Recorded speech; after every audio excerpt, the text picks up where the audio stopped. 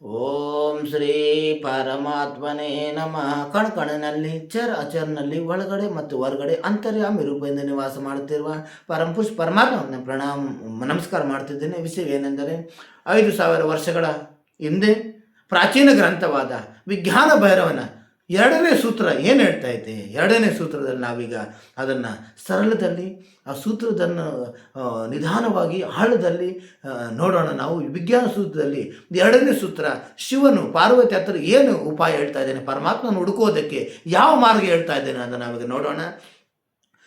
ಈ ಭೈರವ ತಂತ್ರದ ವಿಜ್ಞಾನ ಭೈರವ ತಂತ್ರದಲ್ಲಿ ಶಿವ ಪಾರ್ವತಿ ಸಂಭಾಷಣೆಯಲ್ಲಿ 112 ಪರಮಾತ್ಮ ಅನುಭವ ಸಾಧನೆಗಳಲ್ಲಿ ನಾವೀಗ ನೋಡೋಣ.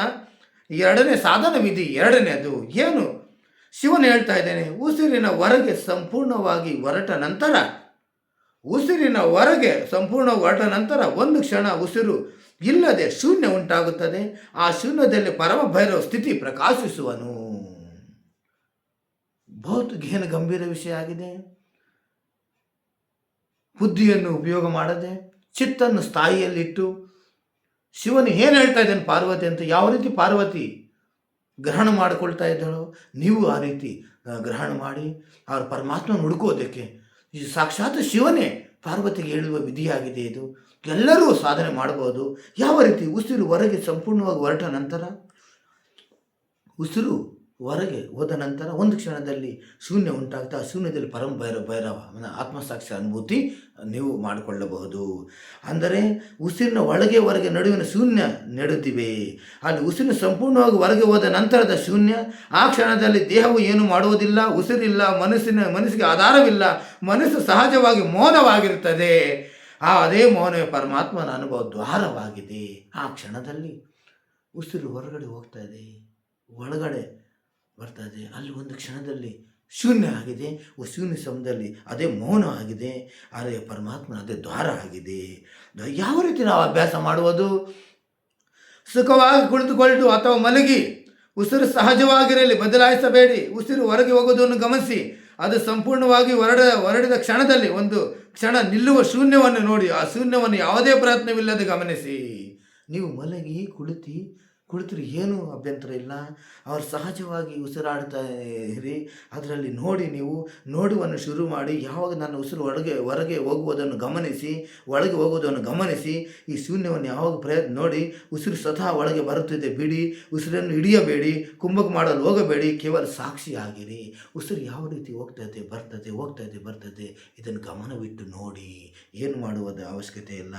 ಆ ಶೂನ್ಯ ಕ್ಷಣದಲ್ಲಿ ಯೋಚನೆಗಳು ನಿಂತಂತೆ ಭಾಸ. ದೇಹ ಹಗುರ ಆಗ್ತದೆ, ದೇಹ ಹಗುರವಾಗ್ತದೆ. ನಾನೆಂಬ ಭಾವ ಕ್ಷೀಣ ಆಗ್ತದೆ, ಆಳವಾದ ಶಾಂತಿ ಆಗ್ತದೆ, ಕೆಲವೊಮ್ಮೆ ಅಪಾರ ಆನಂದ ಆಗ್ತದೆ. ಇದು ನಿದ್ರೆ ಅಲ್ಲ, ಇದು ಜಾಗೃತಿ ಶೂನ್ಯ ಅವಸ್ಥೆ ಆಗಿದೆ. ನಿದ್ರೆ ಅಲ್ಲ, ಸಾಧನ ಅತ್ಯಂತ ಕಡಿಮೆ ಸಮಯದಲ್ಲಿ ಅತ್ಯಂತ ಶಕ್ತಿಶಾಲಿ. ನಿದ್ರೆಗೆ ಮೊದಲು ಮಾಡಿದರೆ ಆಳವಾದ ವಿಶ್ರಾಂತಿ, ಅಹಂಕಾರ ಕರಗಲು ಸಹಾಯಕವಾಗಿದೆ. ಸಹಜವಾಗಿ ಸಾಕ್ಷಿ ಸ್ಥಿತಿ ಉದಯವಾಗ್ತದೆ.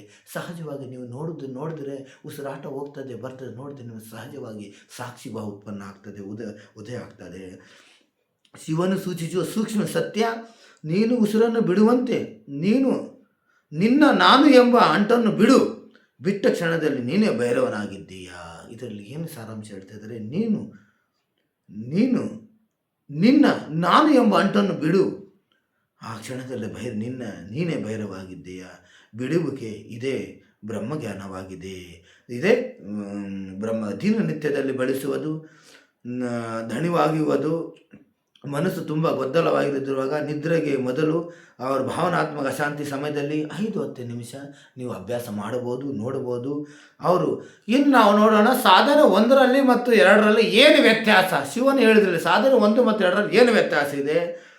ಸಾಧನೆ 1ರಲ್ಲಿ ಉಸಿರಿನ ಒಳಗೆ ಹೊರಗೆ ನಡುವಿನ ಶೂನ್ಯ. ಸಾಧನೆ 1ರಲ್ಲಿ ಒಳಗೆ ಹೊರಗೆ ಹೋಗಿ ಶೂನ್ಯ. ಅವರು 2ರಲ್ಲಿ ಉಸಿರು ಹೊರಗೆ ಹೋದ ನಂತರ ಶೂನ್ಯ.